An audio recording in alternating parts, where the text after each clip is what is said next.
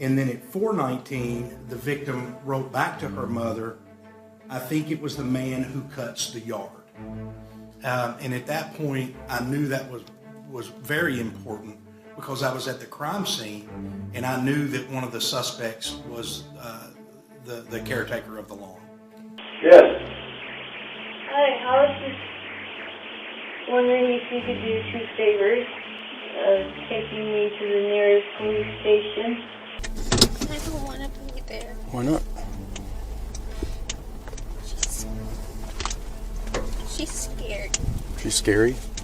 We are breaking down when children help to catch the suspects. From murderers to a mother found dealing drugs out of her house to horrific cases of alleged abuse to incredible escapes. These are the shocking and sometimes unbelievable stories of kids being the heroes. Welcome to Sidebar, presented by Law and Crime. I'm Jesse Weber. We know suspects get arrested through a lot of different ways, right? Police find evidence, DNA, ballistics, surveillance, witness testimony, and then they find the suspect. And many times it is that evidence that leads to a conviction. But you know what else can lead to the capture or conviction of a suspect? Kids. Children have sometimes provided the key to catching someone, and they're very interesting as witnesses because there does become a question, are they more credible than, let's say, an adult? Right? Particularly given the age. And that is what I want to get into right now, when children were able to catch the bad guys or alleged bad guys, okay? And when I thought about this topic, when I was coming up with it, the first case, the very first case that came to my mind, the first one, something that I covered on my other show, Prime Crime. It was one that stayed with me. I remember this from the beginning. Roy Kuntz.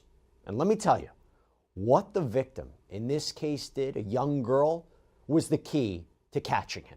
We go back to August 2017. This is when 12-year-old Johanna Ortega was found strangled to death in her family's Goodlettsville, Tennessee home. She was found by her mom and her siblings. 911, what is the address of your emergency? My sister, we just got home. She went home alone. They killed my sister. I don't know what to do. They found her with a karate belt tied around her neck, and there was even evidence that there was an attempted sexual assault of this child too. It's awful. It's awful. But here's the thing. Johanna stayed home from school that day. She was nursing a twisted ankle, so she was by herself. And her mom told her, look, no answering the door, no playing outside alone. So what happens? Investigators end up arresting the neighbor, Roy Kuntz. He had lived just a few doors down. They charged him with murder, attempted rape of a child, and criminal trespass. And I want you to hear what he told investigators. Listen very, very carefully to what he told investigators when they initially spoke to him. Listen, Roy, we're not trying to give you a hard time. Listen to what I'm saying. I'll just crowd. And that third voice that's come in, is that Sergeant Turner? That's correct. We're knocking on everybody's door. With cameras in the area, we're talking to everybody. Listen, if you had a 12-year-old daughter that was killed, would you or would you not want us to do everything that we possibly can to find out what took place? What happened down there? Her daughter got killed? She's dead. I know them, man. She's dead. I know them. She's dead. So, you can just keep my number. I got your number. And it changes. If I see anything or hear anything in front of You call me. man, I will. Okay, that's all I wanted to be sure you had, okay? I'm sorry we got you riled up. And I don't want to get involved. I know, but You know, I say to myself, I don't bother nobody. I help everybody out around here. I work on their houses. I had no doubt you did. I mean, even the man that had their homes before they did. I worked on that house inside and out, up and down. The trailer over there, I worked on the inside, up and down. I cut his grass, my grass, their grass. I even cut her grass. No. And I don't know what's sitting out there. I know. And I don't, no, man, I'm not getting involved in that. I got enough going on. And the only reason we want to talk to you a little more is because you were at home a little more than everybody else. And like I said, I'm inside most of the time. I don't come out because I know how I am. Right. And I get riled up. Easily. That's why I told you to sit there and pet your dog. Little defensive, right? But did you hear that part about him cutting the grass? Let me play another part about that. And she know I cut grass around here, so she approached me and asked me if I cut her grass. How often do you cut it? I cut it once a week. Like I said, if it wasn't for the grass cutting, I don't think I would have ever met him. Why is that important? Here's the key. Johanna's mom had left the house that day at around noon. And then it was later that afternoon, at 4:15 p.m., that she receives a text from her daughter. Now, unfortunately, she didn't see this text until later on, partly because her children never messaged her when she was working. But I'm going to allow Detective Chad Gish from the Metro Nashville Police Department to explain what that text said. This is when he testified at Roy Coon's criminal trial. And at 4:15, the victim wrote to her mother, "Mom, someone is knocking on the door." And then at 4:19, the victim wrote back to her mother, "I think it was the man who cuts the yard." And at that point, I knew that was very important because I was at the crime scene and I knew that one of the suspects was the caretaker of the lawn. I think it was the man who cuts the grass. Johanna catching her own killer. Now you couple that with just incredibly damaging testimony from a witness who claimed that Coons confessed to him, plus DNA evidence linking Coons to the crime scene. Coons ended up getting convicted, and he was sentenced to life in prison plus 25 years. Now, I can't talk about children catching their attackers or suspects without talking about the case of Ruby Franke. This is one we covered extensively here on Sidebar. The once famous mommy vlogger, 8 passengers turned criminal convict. You know what blew the lid on her and her associate mental health counselor, Jody Hildebrand, abusing Ruby's 2 children? You know what led investigators to find out what was going on in Jody Hildebrand's house? Ruby Franke's own son. You see, while Ruby and her ex-husband Kevin had filmed their lives for their YouTube channel 8 Passengers for years, with Ruby trying to cultivate this image of a perfect, loving mom, it was in August of 2023 when her own son actually escaped and ran for help. You see, authorities would come to find out that while Kevin and Ruby were separated, Jody and Ruby were together in her house, in Jody's house in Ivins, Utah. And in that house also was Ruby's 2 youngest children, 12-year-old son, 10-year-old daughter. They were in Jody's house, and there were signs of malnourishment, abuse, neglect, the son having signs of being tied up. And the reason police found out about this, the reason these 2 were prosecuted, it was all because of that boy who was able to climb out of a window and run to a neighbor for help. Yes. Hi, I was just wondering if you could do 2 favors. Well, what are they? Taking me to the nearest police station. Well, actually, just one's fine. What's going on, son? Have a seat there. It's personal business. Have a seat. What's your name? How'd you get here? And we even saw surveillance footage of these neighbors giving this boy food because he was clearly so hungry. He's hungry and he's young, but he sat up with various stocking feet. So he escaped. We need the police here now. They're on the way. And yes, listen to that neighbor make that chilling 911 call. 911, the address of your emergency. Tell me exactly what's happened. I just had a 12-year-old boy show up here at my front door asking for help. He's emaciated, he's got tape around his legs, he's hungry, and he's thirsty. And he asked us to call the police. What's So his he's name? very afraid. This kid has obviously been, I think he's been detained. He's obviously covered in wounds. We need the cops here as soon as possible. And that is when police arrive. Open the door!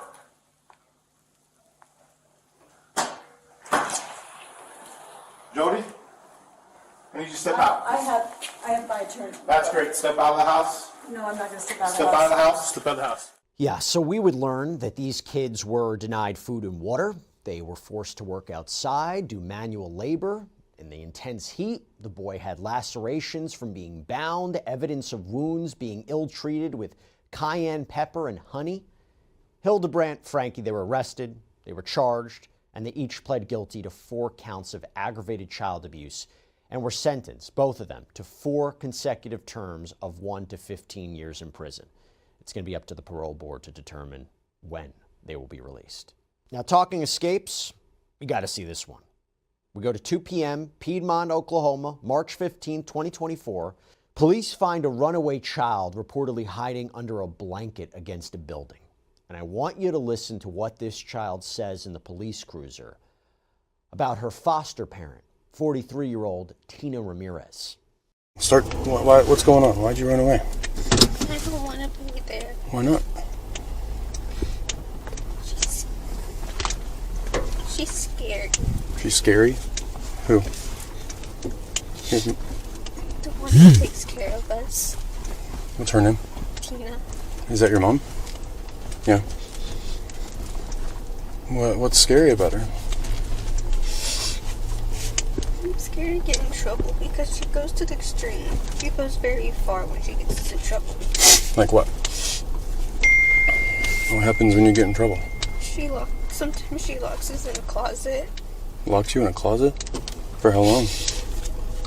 The longest I've been in there has been like 4 days. 4 days? When did that happen? Most recently? It was last year. It was around Easter. And what did you get in trouble for that made that happen? I was sneaking my sister's food. You were making them food? I was sneaking my sister's food that she gets from school. Why'd you get in trouble for that? Because I'm not supposed to. Make food? No, my sister, my little sister, she was bringing like snacks from school. Yeah. And I was having her keep it in the bedroom so I could have some. And so when she figured it out, she tased me and locked me in a closet for 4 days. She tased you? So police end up going to talk with Ramirez at the home that she shares with her husband, 26-year-old Anthony Ibizaco. And they confront her not only about that child that we just saw, but apparently there are several children in this house, reportedly 5 in total. They were either reportedly appearing emaciated or thin, but all of them saying there was physical violence in this home. Have you ever locked your kids in the closet? No. Okay. Why would they tell me they've been locked in the closet? All of my kids said that. More than one. No. I've never locked any of my kids in a closet. Okay. I found this letter, and I'm sure you've read it. It was in your closet. Oh, yes. Tell me about these letters. Sure, absolutely. I mean, why is she saying all this horrible stuff is happening to her if... She does that. It's how she vents. Right. I mean, is it the truth? I mean, those are old. I don't know. Like, She's talking about being beat up. She's talking about having scissors to her throat, talking about pulling you off of her and you telling her you would have killed her. That's when we had an altercation. Right. We had an altercation. With scissors? No, there was no scissors. She was coming at me. Okay. But we can't pull it off because she was holding my hair. Okay. Right? And, yeah, that did happen. That did happen, yes. But despite all the denials, this officer is very blunt with what he observes. I'm being honest, like... I don't think you are. I'm scared. Well, probably because you've been abusing your kids. No, Look how skinny they are. You tell me you feed those kids. I do. Enough. I wouldn't say enough. They like to eat noodles. What kid can get fat off of noodles? My kids. I feed my kids noodles all the time. They're fatter than hell. At least not skin and bones like this. They eat noodles and crackers with it. And spaghetti and meatballs and Hot Pockets and pizza and hot dogs and all kinds of nutritious things. Those kids are malnutritioned, Tina. Well, I give them canned vegetables. Does that count? That's healthy, Apples. Yeah. And then the officer reads a portion of a letter that was apparently found in Ramirez's closet, seemingly authored by one of the kids. And I will tell you right now, I warn you, this is heartbreaking. Dear God, I think she's going to kill me. I didn't do anything. You and I both know that. I have been talking to you, praying, and trying to be polite, helpful, and respectful. I've been shutting out all the bad thoughts, but it's no use. But I won't let their negativity and discouragement stop me. This is my year for as long as I'm alive. I'm going to change, but I won't let anyone stop me. I want to change, but if she kills me, I know that I was making changes to make me better. How is any reasonable person supposed to think you're not starving and abusing these kids? Okay. Mental abuse, I would say yes. Physical abuse, no. Has there been altercations? Yes. Look at him. It breaks my heart. When I found that girl and she stood up, Tina, I don't know how you stay here with her like that. She's tiny. She covers herself. She's always covering herself. But that doesn't mean it's not there. I know, but she covers herself. Yeah, and apparently they find a taser. They find a refrigerator that can only be opened through a fingerprint lock. So this husband, this wife, they end up getting arrested on charges of child neglect and abuse, with Ramirez also facing an assault and battery charge. Again, if the allegations are true, this was all prompted because of that one child speaking with the officer and then what the other children ended up saying. Now, I gotta say, one of the most notable examples of kids who led authorities to the bad guy was Jamie Kloss. And by the way, this involves a dramatic escape as well. We go back to October 15, 2018 in Barron, Wisconsin. You have 21-year-old Jake Patterson, who murdered James and Denise Kloss in their home in cold blood, shot them with a shotgun, and then he kidnapped their daughter, 13-year-old Jamie Kloss, kept her in his home, his cabin, mostly under his bed, for 88 days. A bed that was weighed down with tote bags and weights. More specifically, according to a criminal complaint, he would, quote, make her stay under the bed for up to 12 hours at a time with no food, water, or bathroom breaks. And then he would make her sleep in the same bed as him, threaten that bad things would happen if she tried to run away. But guess what? This brave girl, she did. She escaped on January 10th, 2019, when Patterson left the house to go see his mom.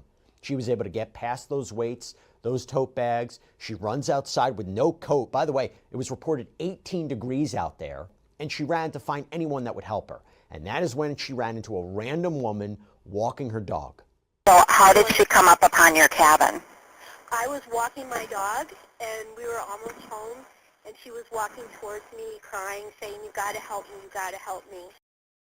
When I saw her, I knew she was in trouble because I knew wherever she came from, she left in a hurry. I didn't know if somebody had just dropped her off, or because she just had on a sweatshirt and leggings and shoes that were too big for her.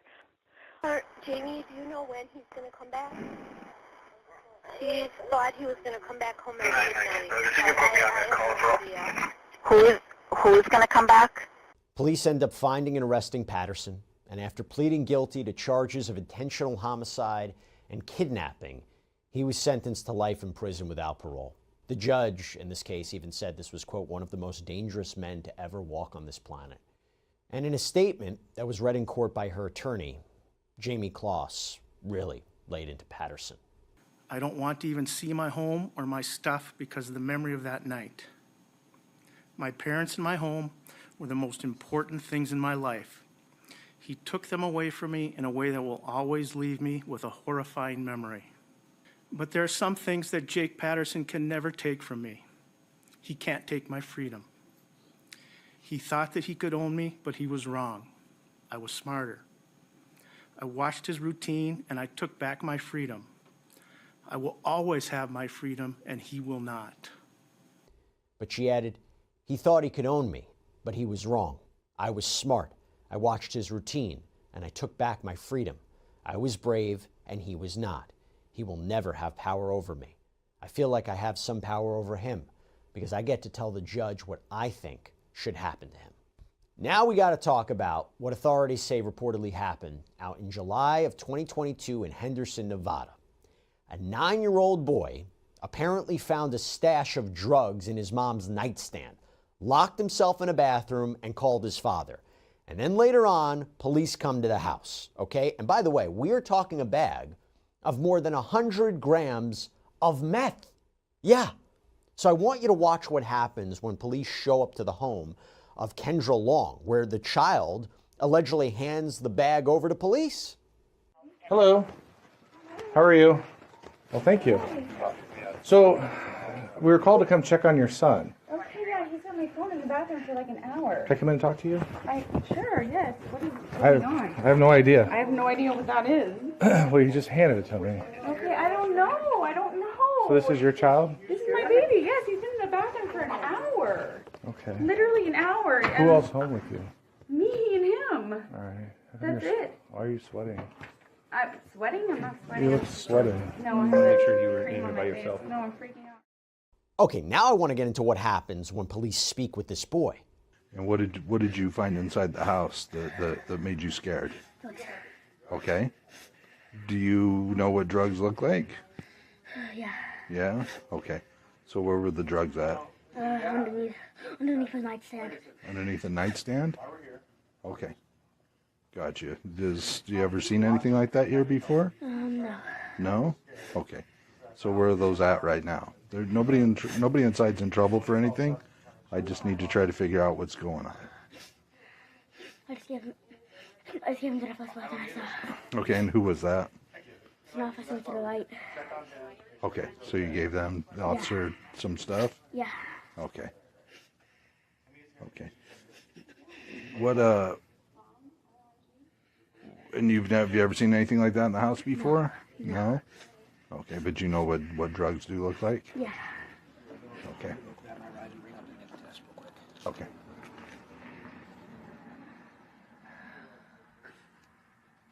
Okay, so is there like a lot of people that come and go in and out of the house? Only people that I know that come to the house are some of her friends, and that's really it. Okay. Do you think somebody might have dropped something off, or it was somebody else's that they accidentally left here? I think they dropped something off on an accident. You think they dropped some off an accident? No, not on accident, on purpose. Okay. All right. Any idea who do you think left the stuff here? Her friend, which his nickname is Poncho, but his real name is Alfonso. Okay. And is Alfonso kind of a mean guy, or is he pretty nice, or? I don't see him too much, but just one of those people where you look at him and you know it, and he's always acts weird around me. Okay.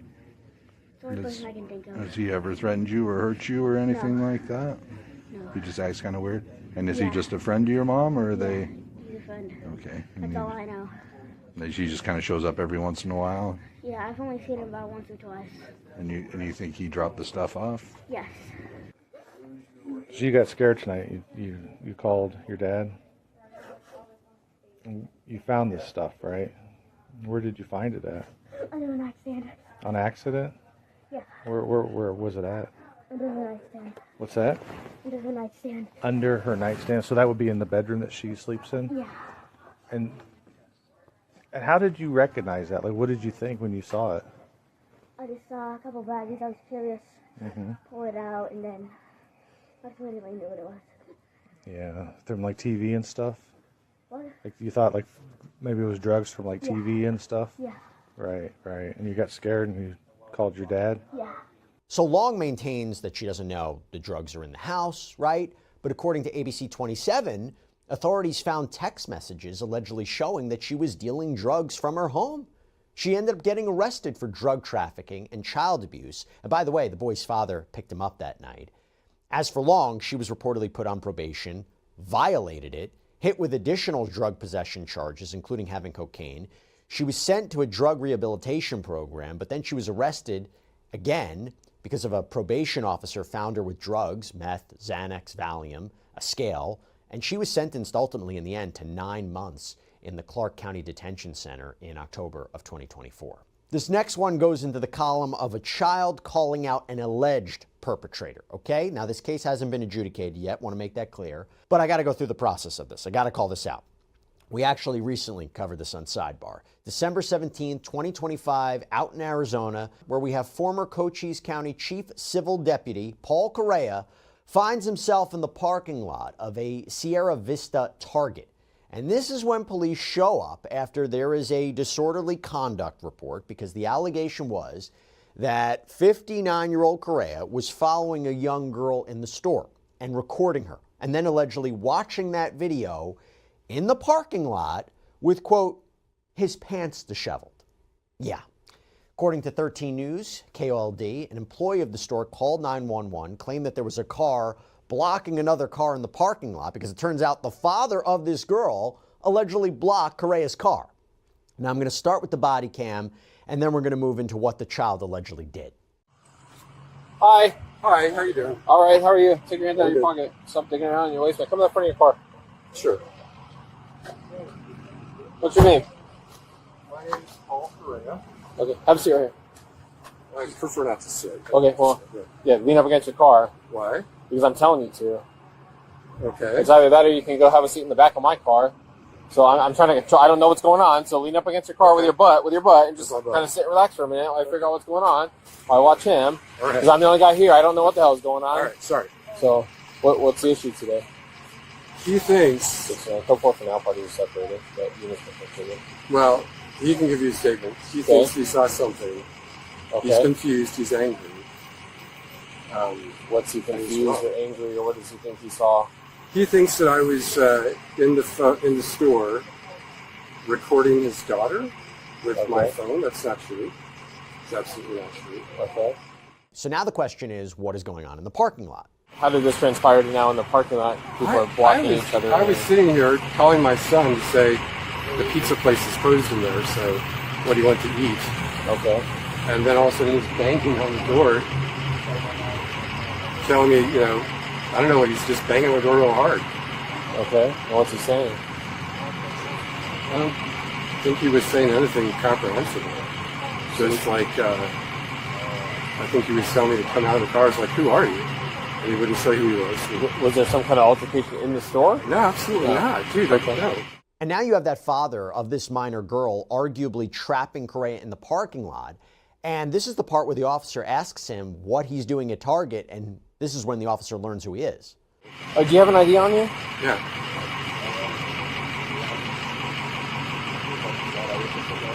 There you go. Thanks. You still in Bisbee. What's that? I live in Bisbee now. In Bisbee? Is this your car? Yeah. Okay. What's a good address for you in Bisbee?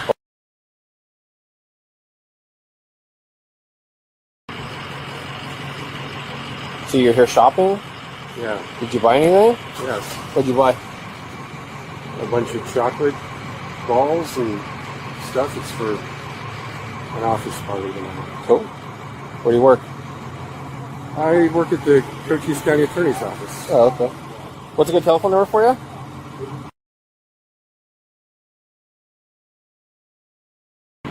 Are you an attorney? Are you a paralegal? Or yeah, I'm the Chief Civil Deputy County Attorney. Okay.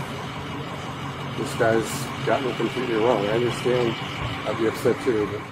And then, as the officer tries to get a better sense of what happened, Correa says if he had a gun, he would have shot the father. So there was no altercation, there's no contact between the two of you guys in the store. But at what point did he tell you, or did you hear an allegation that he thought you were filming his daughter? He came banging on my door just now. I've been sitting here for a minute, like, trying to figure out what to do about dinner for my kid. He says, I'm in here in my car. I'm like, I don't know where he gets that. Okay. Like, all right. As far as you know, did you see him in the store with a daughter? Or I don't know who he you don't is. know. I don't know. The first that you hear of anything is right here at the car. He's banging on your window. Yes. Okay. All right. Hang tight with my partner, Officer Thompson, real quick. Let me go talk to him and get his side of the story. Obviously, until we're done here, you're not free to go. Right. We're Sure. trying to I'm fine. figure out. So there's no physical altercation between you and him or in the parking lot here. It's just he's banging on. I tried to close my door, and he prevented me from closing my door. I told him you're breaking the law. Okay, well, I'll go talk to him. He pulled my door open. He's breaking the law. If I had a firearm, my firearm with me right now, I would have shot the guy. And then he tries to invoke the castle doctrine, form of self-defense, by the way, that he has no duty to retreat. He can protect himself. I'm not going to get into all that. Thankfully, no one was harmed here. But let's go back to the main question here. How did this father find out about what Correa allegedly did in that Target? Turns out this father, identified as Jason, was home. And this is when his 12-year-old daughter and her mom, Stacy, were in the Target. Here's what the police report says. Quote, I asked Stacy and Jason if I could talk to Redacted, meaning the minor girl, their daughter, about the incident. They stated I could. Redacted provided the following account. Redacted stated that while shopping in the cosmetics section of Target, she noticed a man walking near her with his phone held up at his chest, pointed in her direction. Redacted stated that she initially ignored the man, but became concerned when she noticed he was following her to multiple aisles. Redacted described that the man was walking away, but as she turned around to watch him, Redacted saw that he was holding his phone down to his side, still pointing the camera at her. Redacted demonstrated how the man was holding the phone in both ways. Redacted stated that she looked directly at the man and saw his phone screen as he tried to move his phone back up. Redacted stated she saw his phone screen had a video capture screen open. Redacted stated that she became frightened and returned to her mother to report the incident. So it was because of her and what she noticed and how attentive she was and her going back to her mom that this investigation and criminal case began into Correa. Now, again, he's innocent until proven guilty, but if these allegations are true, it is because of her that we're seeing this. And it also led to Jason being told what was allegedly going on and him racing over and seemingly confronting Correa. And then the report says when he got to Target, he located the man, later identified as Paul Correa, sitting in a vehicle. Jason said he blocked Correa's vehicle with his own to prevent him from leaving and approached Correa's car. Jason stated that he banged on the window and observed Correa looking at his phone. Jason described that he believed Correa was, how should I say this, touching himself? Oh, and by the way, listen to what the responding officer said as well. Quote, as I contacted Correa, he exited the vehicle and immediately started to manipulate the waistband of his pants. His left hand was not visible behind his person as he appeared to pull up on the back of his pants, and his right hand was in his pocket. I directed him to stop digging around in his waistband and pocket and to come to the front of his car. Correa then pulled his shirt down over his pants. I observed the front zipper of his pants was partially unzipped, and the zipper pull was protruding from the fabric flap area as if his pants had been undone. And by the way, the police report indicates that there was also surveillance footage of Correa allegedly filming not only this girl, but another girl in the store too. And by the way, he denies doing anything like this. Now, he's been ultimately charged with the following: sexually motivated harassment, public sexual indecency, tampering with evidence. He's been fired from his position. We're going to see how this case shakes out. And again, he's innocent until proven guilty. But if the allegations are true, all back to that girl. If you want to talk about a brave child, and I think all the children here are quite brave, but if you want to talk about a brave child, listen to this. We go to Grove City, Ohio, back on November 11th, 2025, where officers get a report of a stolen vehicle. And according to Grove City Police, while they're investigating, they get word that there was a theft over at Dick's Sporting Goods. Now, the officers end up finding that stolen car at I-71, but the driver had apparently crashed into another car. 3 suspects, all male, they run away from the scene, or allegedly run away from the scene. But authorities indicate that 2 female suspects, they're staying with the car. They matched the description of the theft at the Dick's. And 2 of the male suspects end up getting caught. But what about that last person, right? So according to Grove City, this 20-year-old suspect, later identified as Shalik Bing, runs across all the lanes of this interstate, I-71, again, running from police. And that brings us now to a mother, Chastity Warwick, and her children, okay? They're at the Mid-Ohio Food Collective when this suspect allegedly shows up and punches her in the face, demands her car keys, okay, right in front of the kids. And you know what happens next? Her 5-year-old son starts chasing the guy. Yeah, that is 5-year-old Aiden in the blue coat. Unbelievable. How brave is this kid? And now the good news is police end up tracking Bing down. So we got the body cam footage of an officer going through the intersection, chasing Bing, or allegedly chasing Bing, going into the lot where this alleged attack happened. And you can hear and you can see them catch him, but you can also hear the screaming in the background from this alleged attack.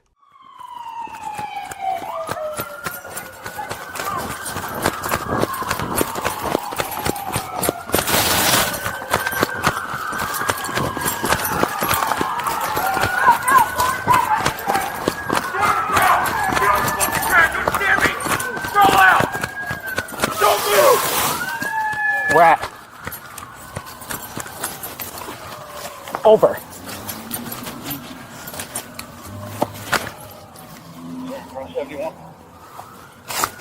150, red shoes, black hoodies detained. Undetained 53 on. I'm gonna get my car. Yep, go ahead. Sorry about research. Sorry about that. You're good, bud. You're good. Yeah. I roll in my stomach. I roll in my stomach. Yeah, you sure can. You got anything on you? No. Anything on you that's gonna poke me, stick me? You can try. You can make sure get my phone out that car. Huh? Say that one more time. Can you make sure get my phone out that car? I don't even live out here. You gotta be in the car. Alright, go back this way. Back over. You heard me? Yeah, I heard you. I don't live out here. Up your butt. So police say Bing is facing multiple charges, including 2 counts of robbery. And I will tell you this, okay? My colleague, Anjanette Levy over at Crime Fix, she first covered this unbelievable story and actually interviewed this mother and son. Yeah, Mom, he didn't want to take. He didn't want him to take my mom's keys. That's what he said.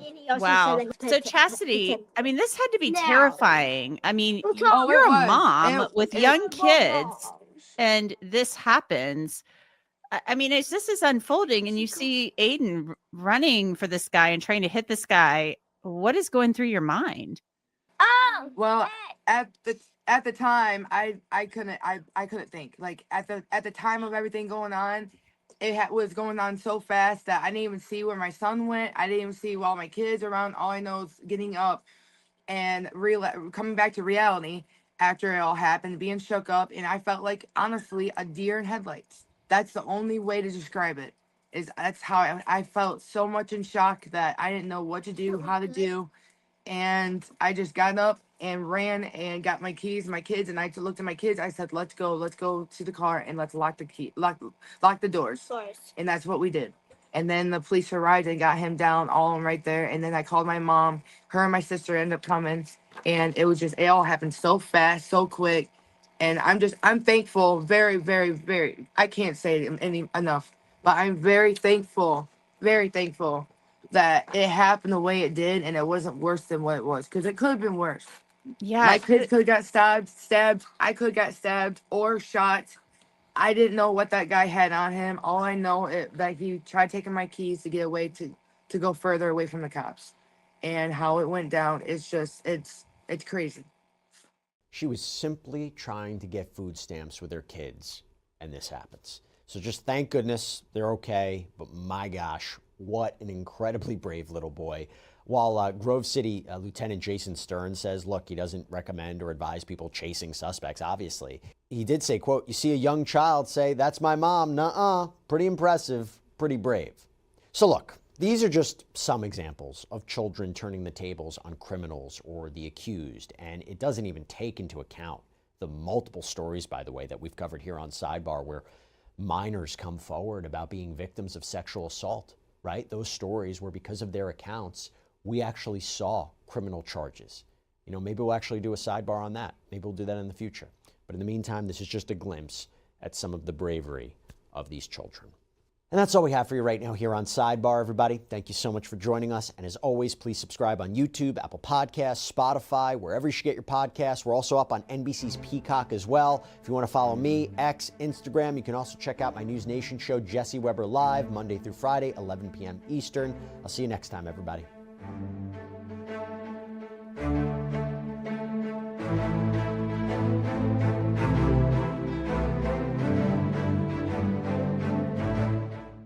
Popular looks-maxing influencer Clavicular has now been hit with a brand new lawsuit. He is being accused of having sex with an underage girl and later on injecting her with an unapproved drug. These bombshell new claims we are going to break down. We'll talk about the response, and we're going to do it all with Johnny Depp's attorney, Ben Chu. Welcome to Sidebar, presented by Law and Crime. I'm Jesse Weber. By the way, if you're watching this and you're into content creation or you're putting things out on social media, you might be wondering, how do we get all these clips out there so quickly? Well, we use something called Opus Clip. This is an all-in-one AI editor that makes it so easy to cut, create, and upload videos across any platform. Through AI, Opus Clip generates B-roll, reframes footage, and it even cleans up audio. It is so simple. You just visit opus.pro/sidebar, you sign up, you upload, and in minutes you have perfectly edited clips ready to go. For TikTok, Shorts, Reels, Opus Clip is your one-stop shop, and having a tool like Opus Clip means our producers can get you viral courtroom updates instantly. This is the most powerful tool there is to share ideas and edit like a pro. So go to opus.pro/sidebar to get a free week and then 50% off. Okay, so we got this brand new lawsuit that dropped, and this one is against popular influencer Clavicular, real name Braden Peters. Actually, I think the best way to describe who Clavicular is and how much of a presence he has, and this is a guy who I will tell you is everywhere. He's everywhere. He's on social media. He's being interviewed. His rise has just happened so quickly. But I think the best way to describe who he is right from the lawsuit that was filed against him. Yeah, and yes, there are some allegations and there's a narrative put in here based on his description. But this is how the plaintiff in this case describes him. Quote, "The defendant, Peters, is widely known under his social media name of Clavicular. Peters has over 1 million social media followers as a result of his online promotion of looks maxing, which is focused on improving the physical appearance of his online followers. According to Peters, looks maxing allows someone to ascend from maybe slightly below average to above average through looks maxing, so they can achieve the desired amount of wealth for a supermodel to date them. He has claimed that across society we should be advocating for looks. Peters has repeatedly claimed and bragged online about his use of illegal substances, including methamphetamine and ketamine, as well as the use of other injectable medication that is available online. Peters has repeatedly bragged about his slay maxing, which means sex with women he meets through his fame. Peters has admitted that he often creates online content so he can be pursuing one-night stands when he goes to parties and slay, which is a euphemism for sex. Peters refers to his one-night stands as a pump and dump. Now, by the way, included in that description are apparent links to videos purportedly of Clavicular allegedly saying these things. But according to Instagram, because we just did our own research to give you an idea about how big this guy is, he reportedly has almost 600,000 followers on Instagram, over 145,000 followers on X, almost 930,000 followers on TikTok, over 331,000 on the streaming platform Kick. Now, interestingly, by the way, it was only a few days ago that he was reportedly kicked off of YouTube for allegedly creating new channels after already being terminated previously. People magazine reported that his previous channel was removed, quote, due to content that facilitated access to websites that violates its policies on illegal or regulated goods or services. And Clavicular reportedly admits to using drugs and famously claims he smashed bones in his face with a hammer. It's all part of improving one's physical appearance. So yeah, he's a controversial person, okay? And by the way, talking controversial, he recently reportedly was sent to the hospital after a suspected overdose. Just gives you context about this before we get into the lawsuit. Okay, so I'm going to do an overview of the lawsuit. We're going to break it down, and a little bit later on, I'm bringing on Johnny Depp's attorney, Ben Chu, to talk about it too. The strengths, the weaknesses, the damages, we'll get into it. So you have this lawsuit that was filed by Alexandra Vasilevna Mendoza. State Court, Miami, and it is against solely Clavicular, real name Braden Eric Peters. And right at the beginning, Mendoza claims that she was a minor under Florida law at the time that some of this allegedly happened, but says she's now 18 years old. Now, it's interesting because the complaint starts off by acknowledging Mendoza comes from a troubled background, that she took to social media at 16 to get sponsorships to support herself financially. So I guess it goes into this idea, which we'll get into, how much she was relying on this, maybe how much she was turning to Clavicular for help, maybe why she continued to stay in touch with him. I think that's the narrative, but let's go through it. And she apparently, according to this, was referred to on social media as Allura or Allura Ziva. So you go to May 2025, and she alleges Clavicular pays her $1,000 to film videos. And again, allegedly 16 years old, claims that Clavicular wanted her to be the female face for looks maxing, and that Clavicular allegedly helps her create videos and write scripts for her. But apparently, she hadn't met him yet in person. And she claims that's when he arranges for an Uber to bring her to Cape Cod, to Clavicular's parents' house, and she claims not only were Clavicular's mother and grandmother at the home, but with the mother fully aware, there were excessive amounts of alcohol that were served, and she claims Clavicular was under 21. Again, she claims she was underage, okay? And she claims that when she goes to the house, she goes to his room, he supplies her with vodka, she's inebriated, and he has sex with her, and she wasn't able to consent. She alleges that when she wakes up, she finds Clavicular again having sex with her without her consent. She claims she's sent off in an Uber, doesn't see him for 6 months. Fast forward, November 2025. She's out in Miami, and she claims she sees Clavicular. He allegedly compliments her on how her looks have improved through looks maxing. He allegedly invites her and her friends over to his place for a streaming session, says she's ascending, again, this slang term in the culture for improving appearance, that he could help her continue to gain a following online. In the car, she claims that Clavicular and his friends snorted this white, powdery substance. She claims she refused to participate in this. And according to the complaint, they arrive at this place in Delray Beach. It's about an hour away, and I'm going to read the rest of this verbatim, okay? Quote, upon arriving at their destination, Peters attempted to kiss and seduce Mendoza. Mendoza rejected those overtures. Peters continued to tell Mendoza that he could help her with her online presence and took her into a bedroom where he began live streaming on the Kick.com platform. Sitting on the desk was a vial of medication called Aqualix, along with syringes. Peters told Mendoza that he wanted to inject her with this product to melt fat on her cheeks as part of his promise to help her with her online presence through looks maxing. During this session, Peters stated or implied that he was acting with medical authority, including by referring to himself as a doctor or otherwise holding himself out as qualified to perform the injection. The FDA has warned that fat-dissolving injections are not FDA approved and can be harmful. Peters was not a physician. Peters was not licensed to practice medicine in Florida.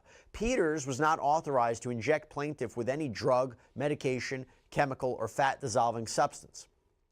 Peters never notified Mendoza that he was not authorized or licensed to perform injections. Plaintiff did not provide legally valid consent for Peters to inject her. Plaintiff's parent or legal guardian did not consent to Peters injecting plaintiff.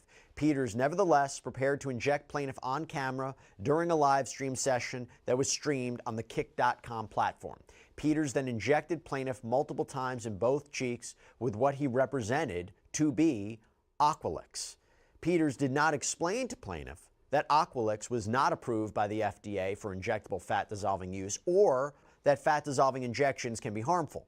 At the time of the injection, Mendoza was a minor under Florida law and could not receive any injections absent parental consent. At the time of the injection, Peters knew that Mendoza was a minor, as he commented online, "She's still a minor. I'm 19, you." This entire episode was live streamed and remains available to be replayed on the Kick website and platform. Neither Peters nor Kick received Mendoza's permission to stream this session. The video shows that Peters had problems injecting Mendoza. In fact, Mendoza's right cheek has perforated. During the video, Peters stated or suggested that methamphetamine had been added to the injection mixture. After the first injection, plaintiff appeared drugged on camera. Plaintiff believes that she may have been injected with methamphetamine or another undisclosed substance. During this entire session, Peters, through the Kick platform, was receiving, processing, sharing, or financially benefiting from paid viewer engagement, including subscriptions, donations, tips, platform currency, or other monetized activity available through Kick's platform.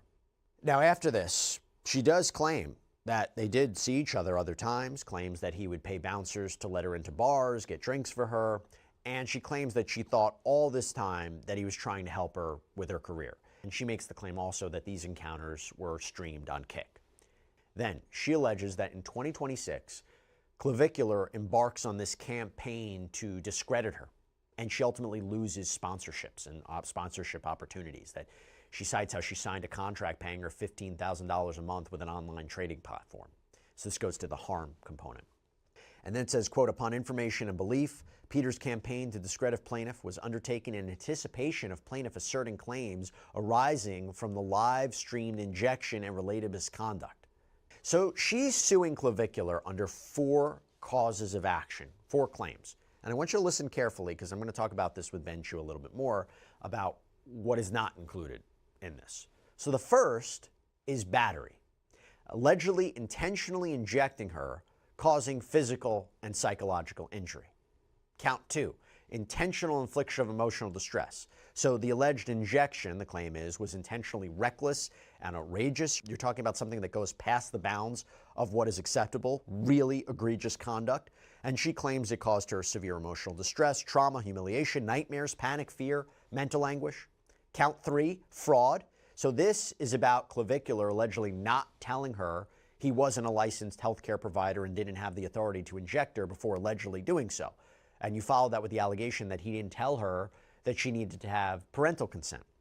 Allegedly didn't tell her that this drug, Aqualax, was not FDA approved.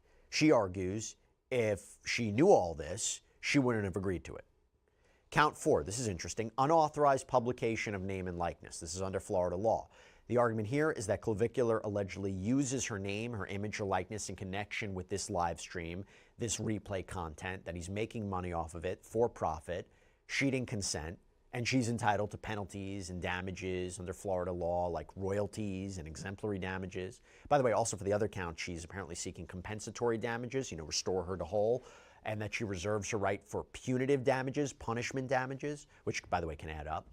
Now, Mendoza's attorney released a statement saying, quote, "Our client will tell her story through the legal process. In the meantime, we do look forward to hearing from Mr. Peters and his lawyers." While speaking of that, Clavicular's attorney, Steve Kramer, adamantly denies the claims, releasing a statement. "We are aware of the complaint recently filed against Mr. Peters." This is to Rolling Stone. "These are allegations only and remain unproven. Mr. Peters denies the claims and disputes the characterization of events. He will respond through the appropriate legal channels and intends to vigorously defend himself. We will not comment further at this time."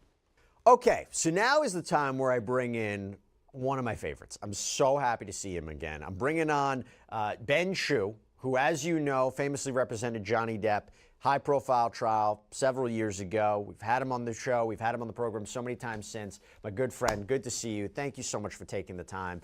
I was telling you before, when we talk about high-profile lawsuits, this guy, Clavicular, is massive right now. He is massive. He is getting a following, and getting a following so quickly that I'm very curious to know how this fits into it and what the repercussions could be. And I want to break down this lawsuit. Just generally speaking, you had an opportunity to review it. What do you make of it? What do you make of the allegations? Jesse, it's great to be on again. I find this complaint quite disturbing, as I'm sure you did, but also puzzling in the sense that it appears to describe, almost in the background section, an alleged sexual assault, which allegedly preceded the incident whereby he supposedly injected her with some fat-reducing drug. So it really begs the question, if she believes that this was a sexual assault, why that's not part of her case in chief. Why do you think that wasn't included? And I actually did a double take too, because when I was looking through the causes of action, it was all about the injection. It wasn't, I mean, look, the allegation about this sexual assault when she was a minor, I mean, that's the allegation. That provides context. It provides part of the story. But it wasn't, as far as I could see, and you looked at it too, right? It didn't make up any one of the individual causes of action. Would there be a strategy there? Well, I think the strategy, to the extent that I don't think there's any time bar issue. I don't think it's a statute of limitations issue. I think by making those allegations, I think you're certainly seeking to poison the jury, the fact finder, against this, against the defendant, Clavicular. So you think that this is a situation where that whole account could be thrown out, that a jury or a judge wouldn't hear it?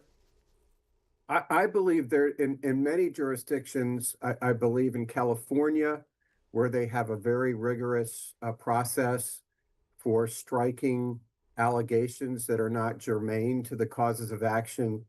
And even in Virginia, where I frequently practice, judges are constantly on the alert for gratuitous allegations, and they seek to strike them. I'll give you one example. on not as nearly as controversial a case. It was a case involving a property settlement agreement, and there was an allegation in that particular complaint about our client having committed adultery in the course of the marriage. And the judge was quite exercised about that. This was a property settlement dispute. It had nothing to do about the party's conduct during the marriage, and he struck that allegation and he reprimanded the counsel for raising it in the complaint. So this is what really struck out to me. It seemed to me that if she believes this incident took place, she should have alleged it and alleged it as a tort. How do you prove harm? How do you prove the damages? How do you prove what she suffered or what she claims she suffered as a result of the injection? That will be challenging.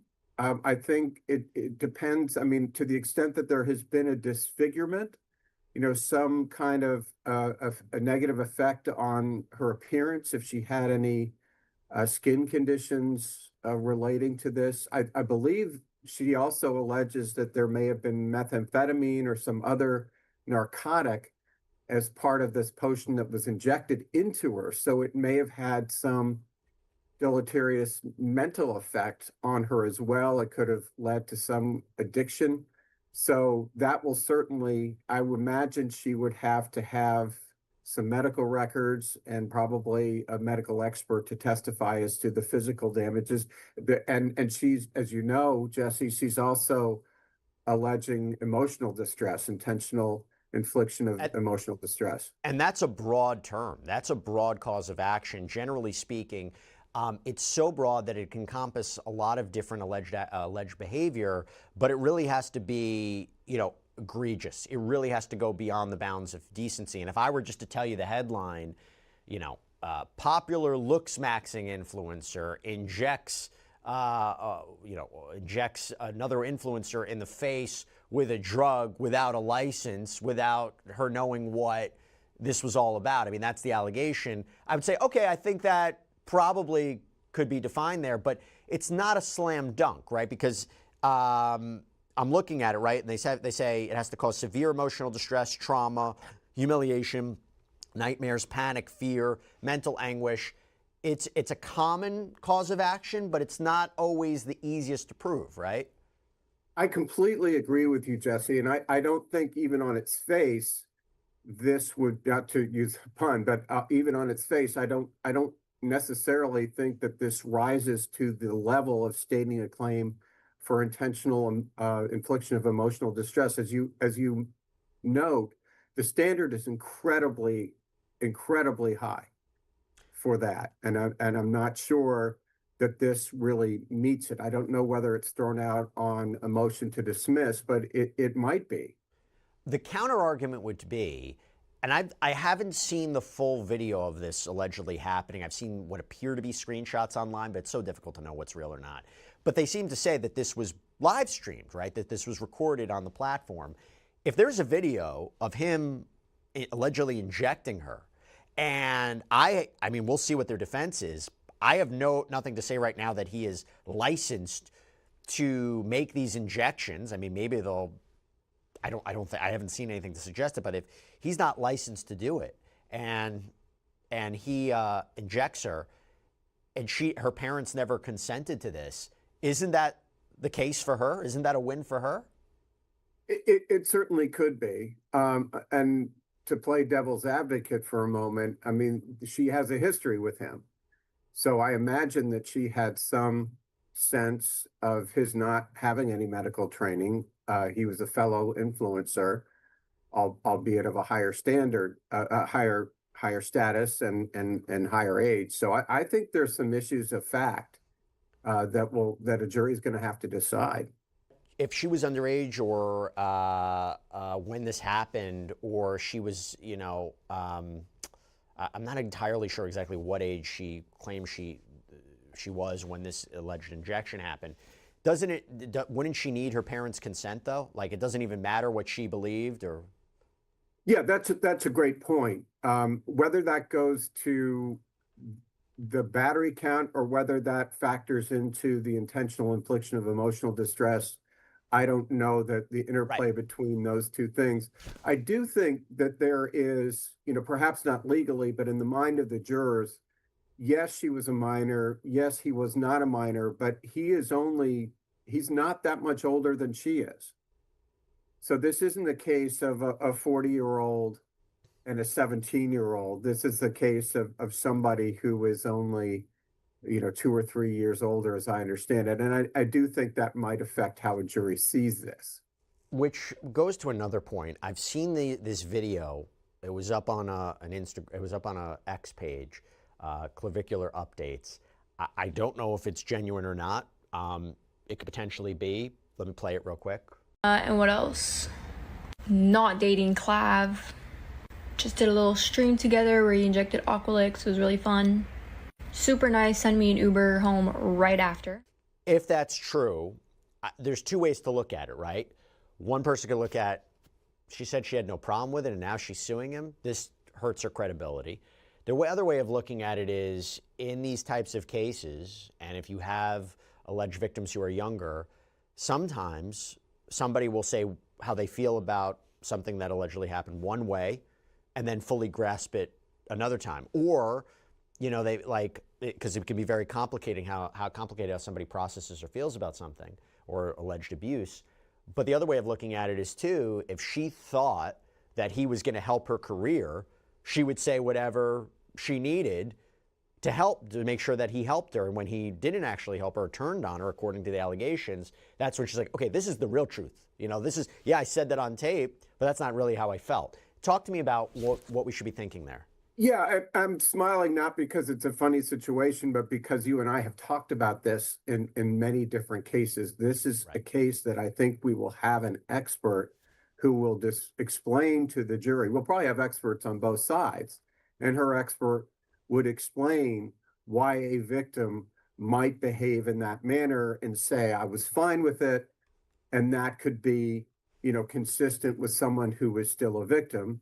He would have another victim. He would have an expert on the other side to argue, no, that's not the way a real victim would act. So I think this will be a case that not only involves the credibility of the two principals, the plaintiff and the defendant, but I think you're going to see expert testimony. And particularly, I know I've seen it already on social media, those who have come to Clavicular's defense. She continued to hang out with him. She was with him if there was really a problem. It gets complicated, and it also gets complicated if you're dealing with somebody that young. I'll just say that. In terms of damages, there's parts of this where it seems not only the damages for what she claims happened to her, right, compensatory damages, reserving her right for punitive damages, punishment damages, but is it also trying to get the money that he earned off of their appearances together? And how would that work? Yeah, I think so. I think that's going to be a part of the case that this was an unauthorized use of her likeness. And I think that is a pretty strong cause of action. It goes back to your point about parental consent, that she was not capable of giving her consent to her likeness being used, on his show, as it were. And it also goes back to your earlier point of why she might include the sexual assault allegation as context or as background, because that's something that she wants to get in the jury's head. That if the jury really believes that he sexually assaulted a minor at the time, they may not care about the niceties of the jury instructions that you and I, spend so much time with judges dealing with it. If they think that he sexually assaulted her, they may just want to punish him, irrespective of everything else, which is why I think a judge should look long and hard about striking those allegations. I mean, it seems to me that you either make the allegations that there was a sexual assault or you don't, but you don't mix it up in a case that involves a completely different set of incidents. Do you think that she's also, her attorneys are making a basis to go after Kick as well? The Kick is not named as a defendant, but I'm wondering if going after this platform is something we're expecting too.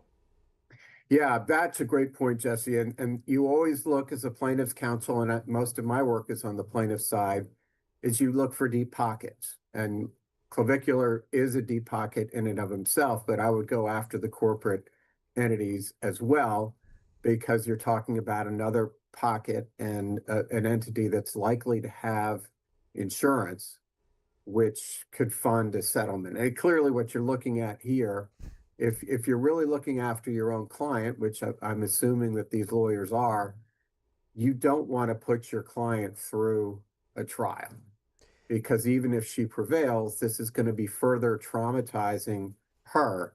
And if you can get a good settlement, short of putting her through having to relive the alleged sexual assault, having to relive, being injected on a, before, millions of people or hundreds of thousands of people, you want to do that. This is not a contract dispute case, right? This is a case involving really disturbing allegations, which makes me wonder, do you think authorities are involved at all? Do you think she went to law enforcement? Because this is blending in. These allegations are blending into the criminal arena. Yeah, I clearly think, the sexual assault, that's a very serious crime. And the battery, I mean, assuming that this actually happened and there's evidence of it, that he injected her without proper authority or permission since she was a minor and he had no medical background, I would think that also would be a very serious crime that the Florida authorities would be looking into. When that happens, Jesse, as you know, if there's an indictment, it usually results in a stay of the civil case, because then Clavicular, in this case, as a criminal defendant, has a right against self-incrimination. And many courts look at it as unfair to require the defendant to have to testify in a civil case while the criminal case is pending. So for whatever reason, my guess is if this case proceeds and he's testifying in the civil deposition, there's no jeopardy at issue. But it's a great question, because you would think that there'd be a parallel criminal investigation. Ben, I really appreciate you coming on and breaking this down with me. This has a very complicated case. It has a celebrity aspect to it. That takes it into a different realm. You are the best in the business. I really, really appreciate you taking the time to talk about this with me. Thank you. Thank you so much, Jesse. I really appreciate it.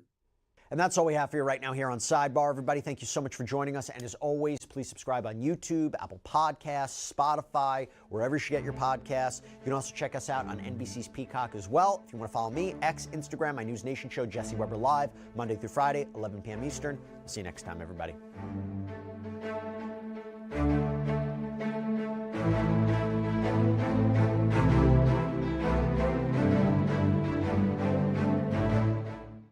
David's arrest for the alleged murder of 14-year-old Celeste Rivas Hernandez is a major development in this case, and we are bringing on the man who has been investigating this story from the very beginning, who has been very vocal about his frustrations, and now has a theory as to what this arrest may mean. Private investigator Steve Fisher is coming on. I want to do a full breakdown of what just happened in the last 24 hours, a timeline of how this now fits into the overall story, and what we can expect next. Because at this time, David has only been arrested, not charged.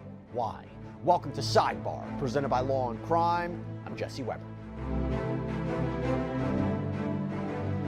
Okay, real quick before we jump into all of this, we have this app, this partner that I think you're going to love. It's called Upside. Upside gets you cash back, extra cash back on everyday purchases like gas, groceries, takeout. So here's what you do. You download Upside for free. You claim an offer at one of their 100,000 plus locations. You pay like normal with your card. You verify the purchase, and just like that, money back. So say I need to get gas or I want takeout one night, I'll search for Upside offers first, and after I spend, money appears in my app that I can transfer right into my bank account. And Upside's frequent users earn an average of $254 back a year. So to start getting your cash back, click the link in the description or scan the QR code, but make sure to use promo code SIDEBAR because you get an extra 25 cents bonus on every gallon on your first tank of gas.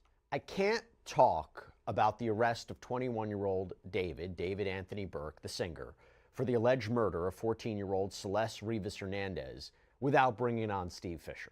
We've had him on for so long. We've had him on for months. The private investigator who has been on the ground following this case from the very beginning, who has been quite vocal about his frustrations with this investigation and with an apparent lack of action, lack of transparency.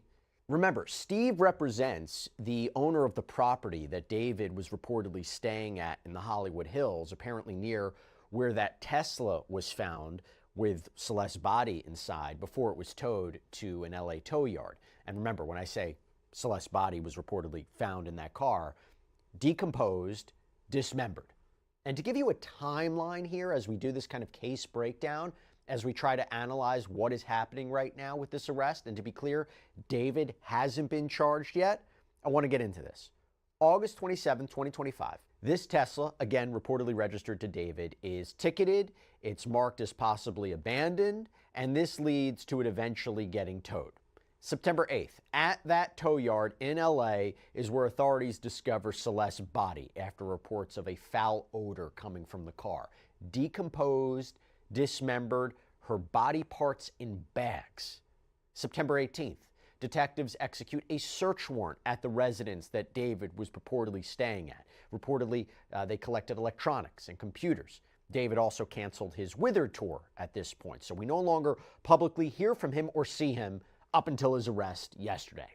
November 21st, the County of Los Angeles Department of Medical Examiner receives a court order reportedly initiated by the LAPD to place a security hold on the medical examiner's finding. So essentially, the court sealed the records, meaning cause of death, those other details, not to be publicly released. By the way, November was interesting because the LAPD indicated that it was standing by its prior September 29th statement, quote, the Los Angeles County Medical Examiner has not yet determined the cause or manner of Ms. Rivas Hernandez's death.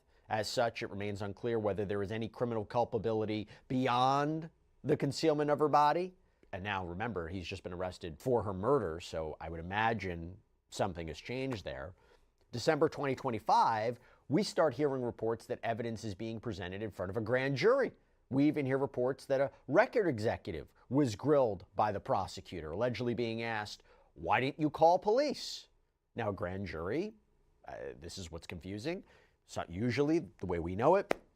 They're presented evidence, and they come back and determine whether there's enough probable cause for an indictment, right? An official charge against somebody. There's also investigative grand juries that hear evidence. They can issue subpoenas. They can lock in testimony, and maybe they're not tasked with returning back an indictment. February 12th, we learn that David's purported friend, Neo Langston, was arrested out in Montana, reportedly on a warrant for failure to appear as a witness, is subsequently brought back to LA to testify, we presume in front of the grand jury. Later that month, we learn more details from court filings. This is actually in connection with attempts to subpoena David's family members to testify, and we learn that David is reportedly the target of a murder investigation, and we learn how Celeste was reportedly dismembered. April 16th, David is arrested. Now, this came in from the LA County District Attorney's Office. Quote, our office is aware of the arrest of David Anthony Burke by the Los Angeles Police Department. The case is expected to be presented to the Major Crimes Division, at which point prosecutors will review the facts and evidence to determine whether there is sufficient evidence to file charges. At this time, additional information is not available. We will share an update on Monday once a filing decision has been made. And then this came in really late last night, early morning, good evening. The individual mentioned is still in LAPD custody. You may reach out to the district attorney's office once the case has been presented to them. Then on Thursday night, the public information officer for LAPD put this out on X. Detectives from Los Angeles Police Department Robbery Homicide Division have arrested David Burke, a 21-year-old resident of Los Angeles, for the murder of Celeste Rivas. Burke is being held without bail. The case will be presented to the district attorney's office on Monday for filing consideration. Now, the attorneys for David released a statement. So this is from Blair Burke, Marilyn Bednarski, and Regina Peter. They say, let us be clear, the actual evidence in this case will show that David Burke did not murder Celeste Rivas Hernandez, and he was not the cause of her death. There has been no indictment returned by any grand jury in this case and no criminal complaint filed. David has only been detained under suspicion.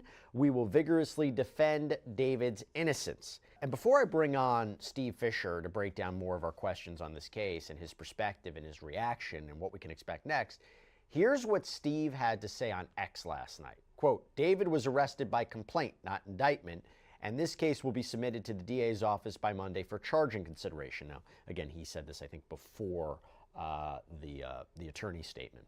This likely means either the grand jury did not return an indictment or the DA chose not to seek one. An arrest by complaint means that there will be a preliminary hearing to determine probable cause.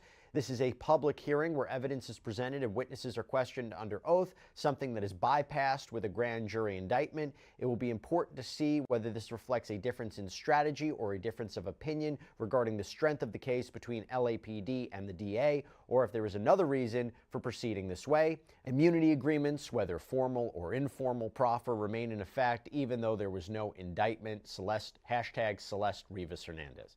Okay, I want to bring in Steve Fisher right now. Steve, you have been all on top of this. I mentioned before all about your role in this, your feelings on this. I'm curious, just from a human point of view, how you feel about this moment, since you've been waiting for there to be an arrest. And to be clear, again, David hasn't been officially charged. He's innocent until proven guilty. But this is not exactly what you were looking for, right? I think we all imagined that when there would be an arrest, there would be a charge, right? That this was going to be a grand jury indictment. So I'm curious, from a human point of view, how do you feel after 7 months that he has been arrested but not charged? Well, it's a tough one. I feel a little bit better, obviously, that it looks like the process is starting, but this is not how I imagined it starting. From what we see in the paperwork, it appears they went the grand jury route, and to find out that there's not an indictment here is worrying. It appears that there's maybe a difference of opinion between the LAPD and the DA's office as to whether what the charges should be, or if there should be charges. And we don't know if it went for a vote and it came back with no true bill. There's no indictment. That's very concerning. And even if they didn't, if the DA hasn't sent it for vote or asked for a vote yet or for an indictment, why? So listen, Monday's going to be a big day. That's the day they have to decide whether there'll be charges right now or not, or whether he's released.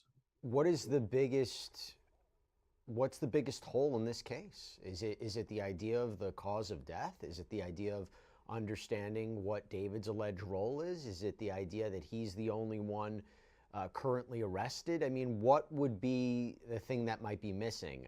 I interviewed Bradford Cohen, who agrees there might be some disagreement of thought in terms of the LAPD and the DA's office. You know this case better than anybody. What might be lacking in a potential prosecution here? Well, I think that So the prosecutor's name that we've seen attached to a lot of the grand jury filings that have come public is known for being very, very, very thorough. And if this case had that smoking gun evidence, if it had that crime scene, if it had the blood, whatnot, then I think we would have seen charges very quickly. But we didn't. So that means this is a circumstantial case. This is probably going to relying on testimony by people like Neil Langston or, Rob Morganrath, the manager. And I don't know if that particular district attorney really wanted that type of case. So a couple things I think we'll be telling Monday are, one, if he's charged, and if he is, who the prosecuting attorney is on it. And so I think maybe, and this is pure speculation, I don't have any inside information on this part of it. It's just my thought process is that there probably is a difference of opinion, and it probably is more circumstantial case than they want. Before I go into what could happen Monday, has your client reacted to this arrest at all? He has. He's has reservations. This is not. Listen, we're glad it happened. There's no doubt, and I'm not knocking LAPD for going forward and making the arrest. It's just there's a big question mark as to what's going to happen Monday, because if the DA wasn't comfortable either sending it to a grand jury for vote, are they comfortable actually being under the gun and having to file charges on Monday? What's the process? Do they announce charges after a few hours on Monday, and then it goes to a preliminary hearing in front of a judge to determine there's enough probable cause? Do they bring it back to a grand jury for an indictment? Because one of the things we were wondering is this grand jury, this reported grand jury that's been hearing evidence, were they just an investigative grand jury that didn't have the power to indict? They were just there to hear evidence, get subpoenas, lock in testimony. So what actually will happen by the end of the day on Monday, end of the day on Tuesday? Well, I imagine I would not be surprised.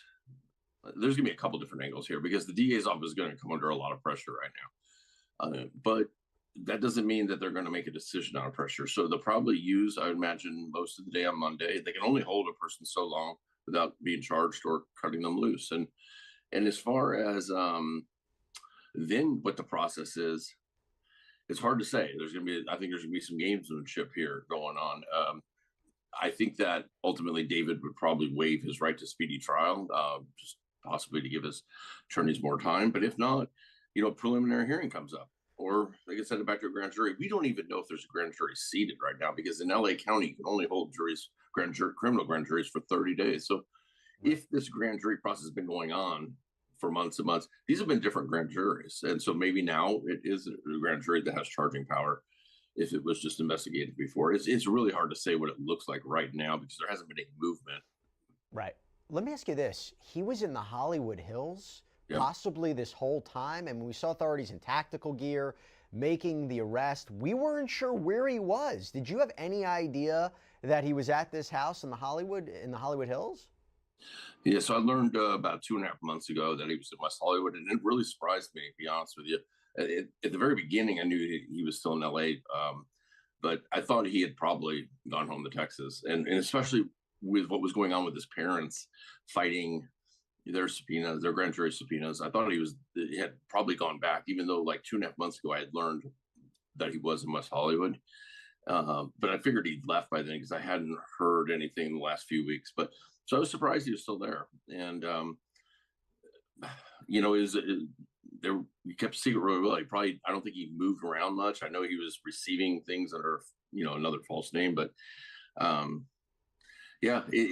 think he shows that he thinks his career is going to take off again one day. But there was no indication like he was about to leave the country and like we have to immediately make an arrest before something happens. Like you saw the photos from the arrest. I've seen the reporting from it. I haven't seen anything that there was a level of violence, that he was, fighting it, that they chased him.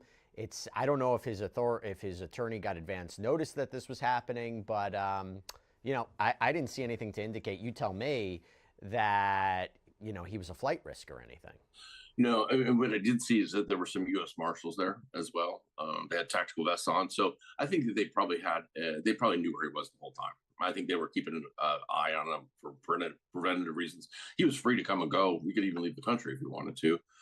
But I think they were keeping an eye on him. It probably gives him a little bit a sense of power, knowing that, something's not happened with a grand jury. I probably, isn't feeling too bad about it. What did you make of his lawyer's statement?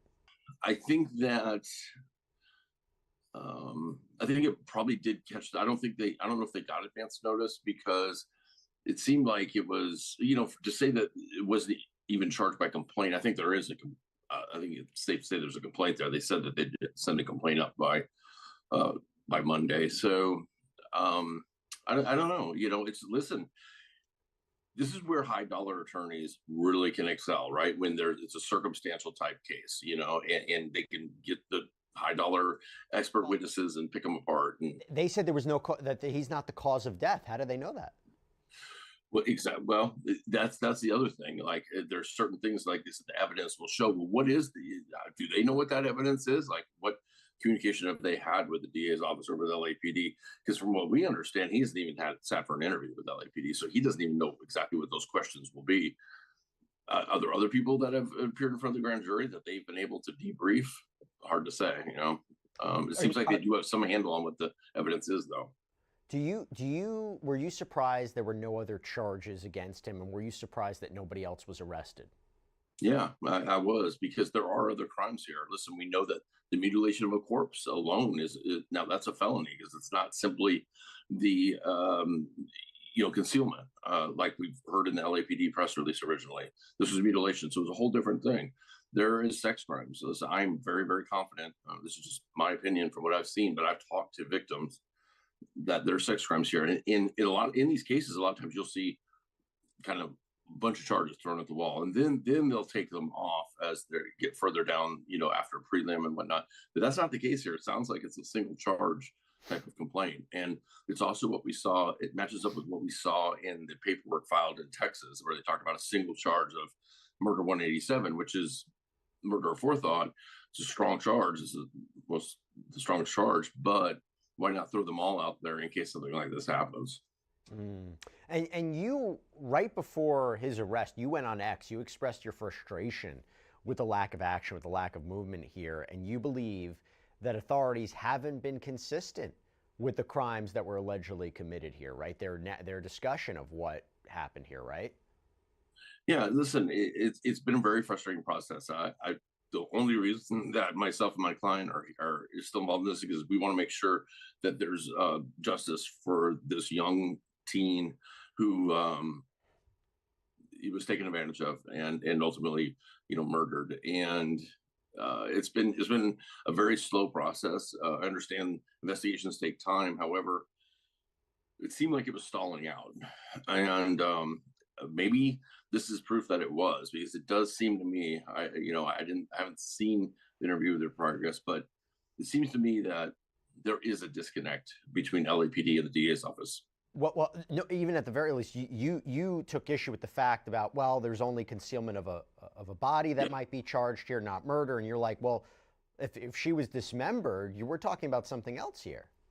Well, what my issue is that, in my opinion, that we got limited press releases in this case. We got 2, I believe, from LAPD, with no press conferences, and they were not telling the truth in the press release, where they came out and said the only, there might not be any criminal culpability beyond concealment of a body, which is in California is a misdemeanor.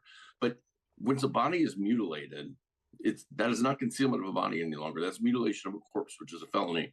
And they knew at the time they put that press release out that she had been dismembered. So that is not true. And then the next press release, the only other press release they came out with, was them saying that they had the medical examiner's records sealed just to make sure that the detectives received that information first. And, that's been months.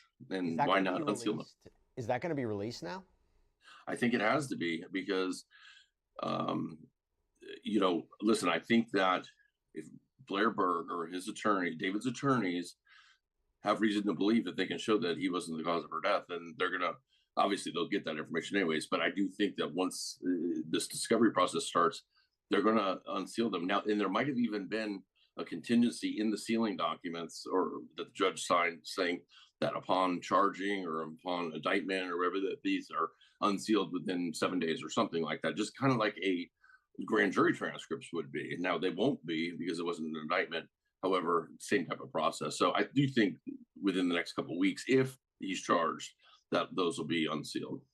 Where does Neo Langston fit into all of this? Because you've been quite vocal about him, right? His purported friend, who was allegedly arrested for failing to appear as a witness, reportedly brought in front of a criminal proceeding, we assume the grand jury, to testify. He takes to Instagram a short time ago. I mean, this is like about, I don't know, maybe last month or so, had a series of posts where he talked about his silence, how he said the case isn't about me, it's about getting justice for the victim. Really took some shots at seemingly David, called him, I mean, it looked like he was calling him a derogatory name.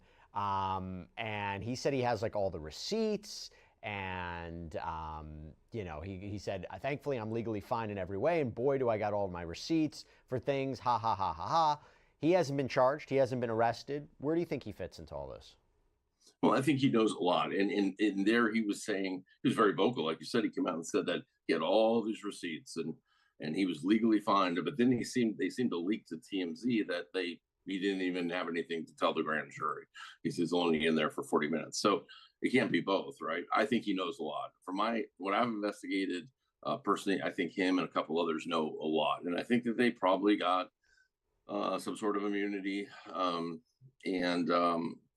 unfortunately, will probably had. I'm not saying that they're directly tied to the murder itself, but after the fact, I think that they knew certain things that they should have come forward with, and I don't think he's the only one. I think there's three of them, personally, at least three of them, and I think that they're going to walk away just for their testimony because I think this is a circumstantial case. It was interesting. I was talking to Bradford Cohen in another episode of Sidebar, and he was like, look, if someone's involved in the actual murder, there's only so much leeway that the DA would look past. If they're involved in a murder, it'd be kind of unlikely that they'd be granted some sort of protection or immunity. I mean, it depends upon how much they would want the alleged ringleader or the person who's instrumental in this. But it does make you wonder what everybody's alleged role or not role is in all this. Yeah. Again, to be clear, David's the only one who's been arrested.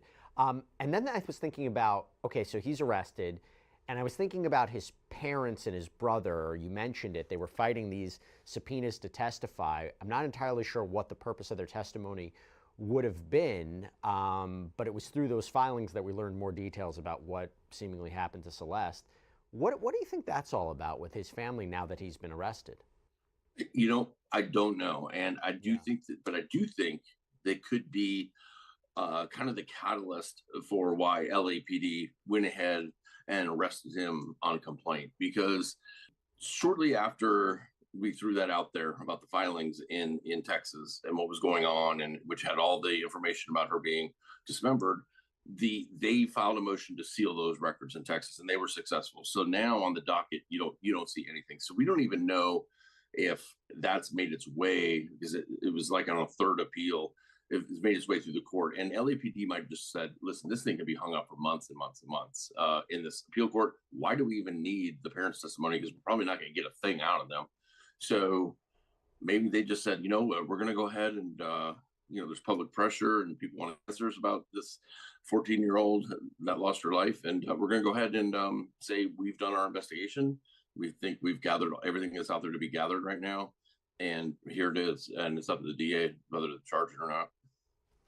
And the Santa Barbara trip that police say he allegedly took in the spring of 2025, do you have any more clarity about that, if we're thinking about this arrest or how it fits into it?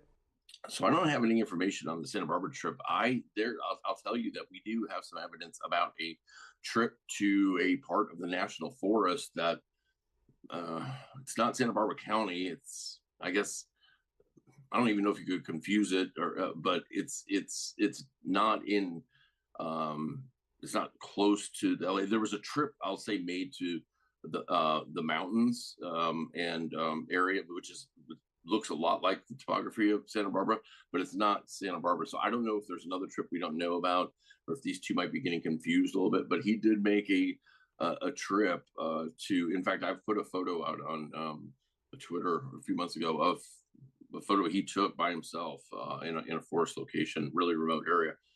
Whether it's that has anything to do with her murder or dismemberment, I don't know, but it's an interesting photo. But I don't see any evidence of Santa Barbara myself. Do you know how Celeste's family's doing?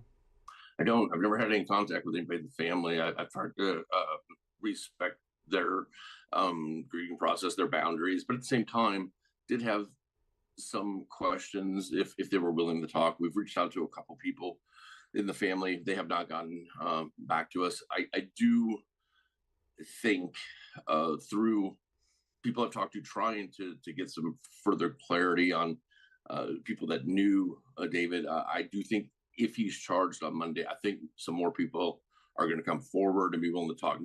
Not that there's more victims or anything, but people that may know some things about how long it's been going on with Celeste, or even other, people that had communication with David, but they were underage. I think there might be a few of these people that come forward now. They'll be more comfortable that if he's charged, that's if he's charged. Before we wrap things up, based on your investigation, based on your opinion, your perspective, do you think there is sufficient probable cause to support a murder charge against David for the death of Celeste? That's a tough question. I'll tell you, without knowing exactly what Neo and possibly Rob, who we know appeared the manager. What they know, that's hard to say. I do know that I believe there's probable cause for sex crimes and other charges related to holding Celeste, harboring and whatnot. The murder, it's hard to say. I think it's circumstantial. That's fair. Yeah, That's I think fair. it's a circumstantial case, and I have not talked to Neo or those other two people directly, and without knowing what they're going to say, it's hard to say. We don't have clarity on any of this. We don't No. have clarity on what anyone's alleged role in this is. Again, David is innocent until proven guilty. Yep. He has not been officially charged. We will see if that happens. Obviously, this is a big development, but we're still trying to understand exactly where this fits into the overall story. Steve Fisher, thanks for taking the time. As always, appreciate it. Thanks for having me. Appreciate it. And that's all we have for you right now here on Sidebar. Everybody, thank you so much for joining us. And as always, please subscribe on YouTube, Apple Podcasts, Spotify, wherever you should get your podcasts. You can also check us out on NBC's Peacock. If you want to follow me, X, Instagram, my News Nation show, Jesse Weber Live, Monday through Friday, 11 p.m. Eastern. I'll see you next time, everybody.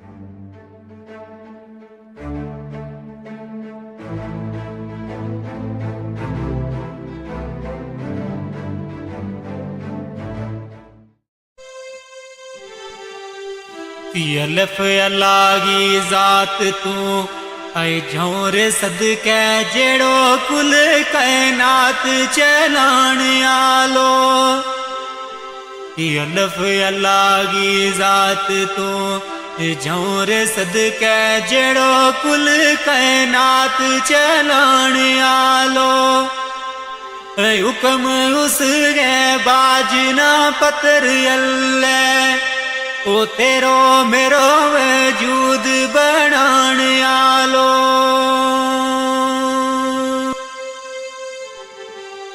18,000 मखलूक गो ऐ मालिक सुनो रब सुनो जमीन आसमान आलो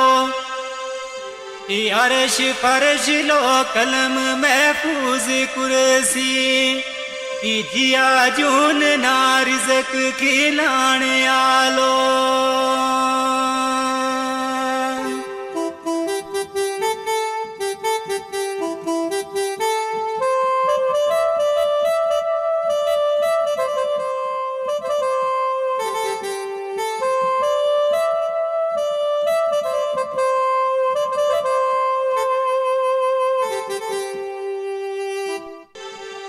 दाल दुखांगी गल सो नौरे तमना एक बच्ची मासूम रोलाओ गई है दाल दुखांगी गल सो नौरे तमना एक बच्ची मासूम रोलाओ गई है ओ उसकी मारे गुलनाज है बहुत दुखिया मारा सीना माँ बर छिलाओ गई है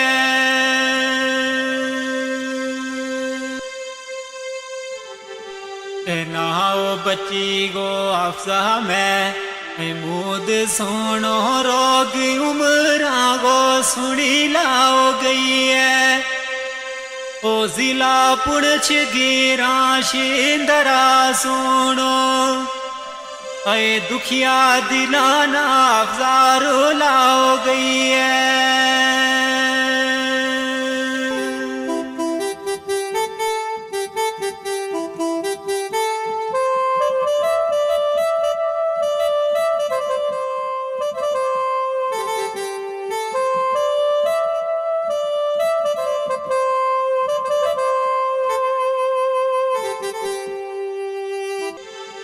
दाल दर्द जो दयागा ऐ बोते ओ खाए पर बचागी नार जो दई ओवे दाल दर्द जो दयागा ऐ बोते ओ खाए पर बचागी नार जो दई होवे ओ माना सबर करार फिर नहीं रहा तो दख्ते जिगर की जद जो दई होवे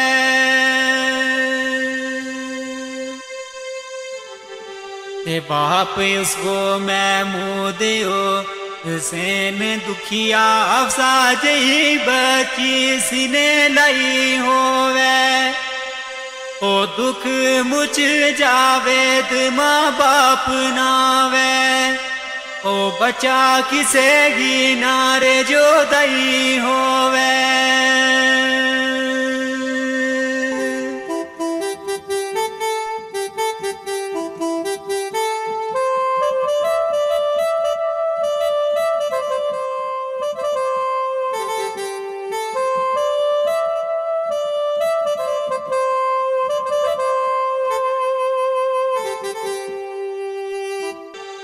तेरे हो रब गा कर तमाम होए आस्तारा अप्रैल ना खुशी भरपूर होई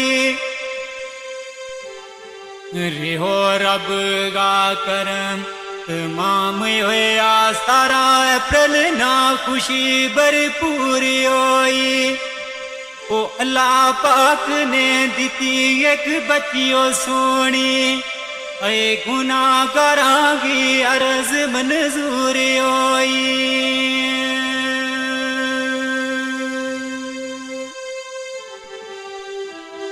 दिन मां दाखिल रही महारात ऐ 10 बजे ऑपरेशन होयो ते टेंशन दूर होई ओ दीती खबर फिर आनी उन डॉक्टरां ने हो गई बची पर बड़ी कमजोरी होई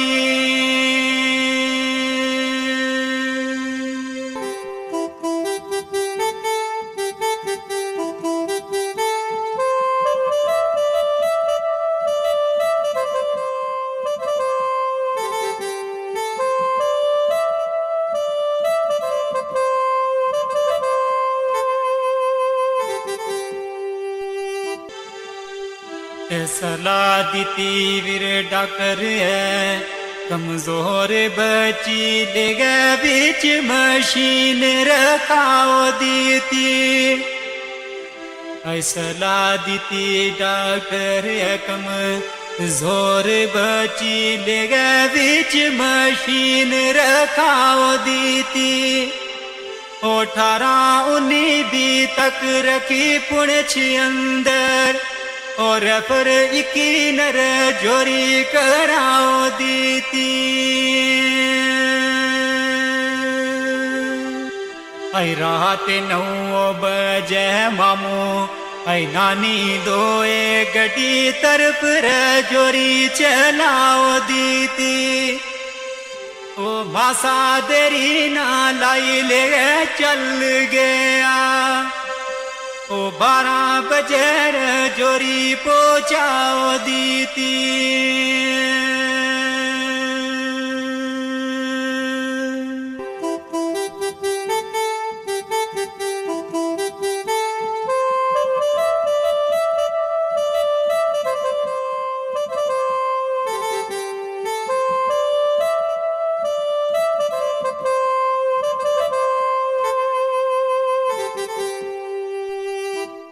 किसना चैन सकून फिरे आई उस दिन तो रास्ता बिच डाडा परेशान होया आई किसना चैन सकून फिरे आई उस दिन तो रास्ता बिच डाडा परेशान होया रात 12 बजे ले जोरी पुजया कि जल्दी डॉक्टरां कोल रवाने होया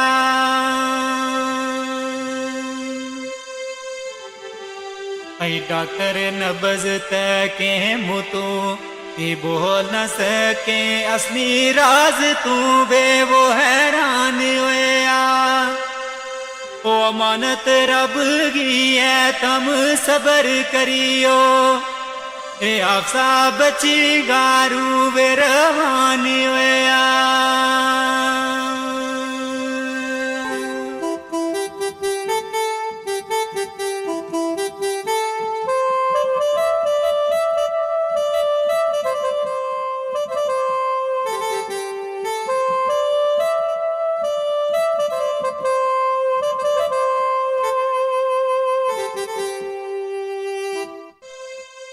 ते किसना होश रे ओ सुनी ये खबर जिस दम आया है आप जाए अमना छोड़ गई है ऐ किसना होश रे ओ सुनी ये खबर जिस दम आया है आप जाए अमना छोड़ गई है ये एम्बुलेंस करी वापस पुणच चलना मारी किस्मत अज मुखरे मोड़ गई है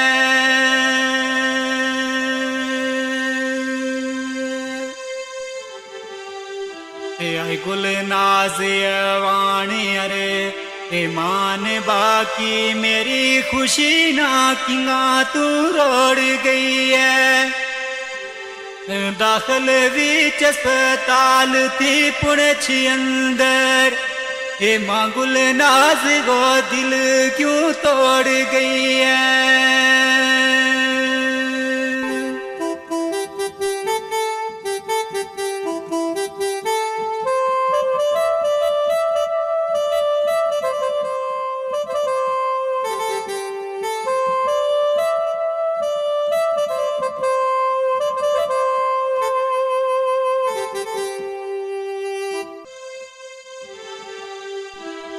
अप्रैल बईना सुबह गए आई 5 बजे वतन शींदरा पुजे आयान सदके अप्रैल बईना सुबह गए 5 बजे वतन शींदरा पुजे आयान सदके ये माना 10 बजे एम्बुलेंस आने तेरा तकन गाया अफजायर मान सदके ते कितना दुख था महंगा है काल जामा जाने वाया रब रहमान सदके और वे बाप महमूद परवेज नानी नाले रोवे सजाद यवान सदके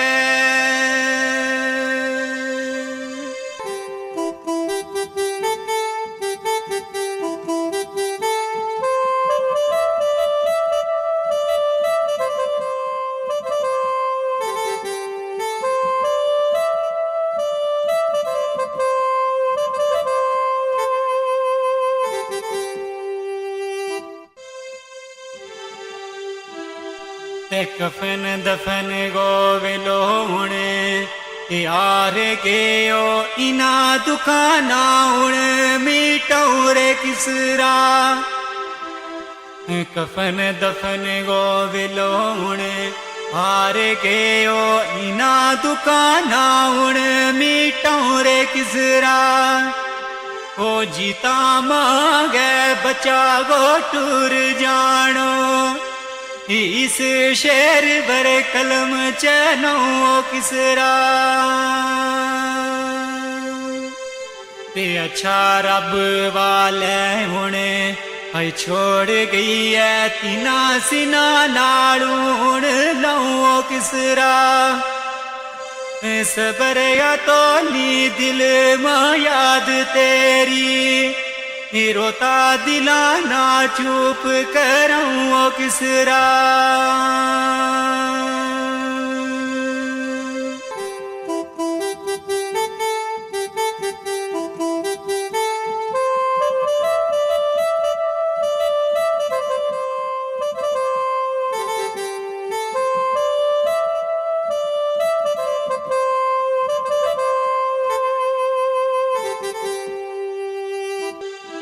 फिया मान इना दुखाने है मुकनो नी 4 बजे रे आपका दफनाओ छोड़ी है फिया मान इना दुखाने है मुकनो नी 4 बजे रे आपका दफनाओ छोड़ी वतन पुणछ गिरा शिंदरा अंदर ओ सोनी निकी जी कबर बनाओ छोड़ी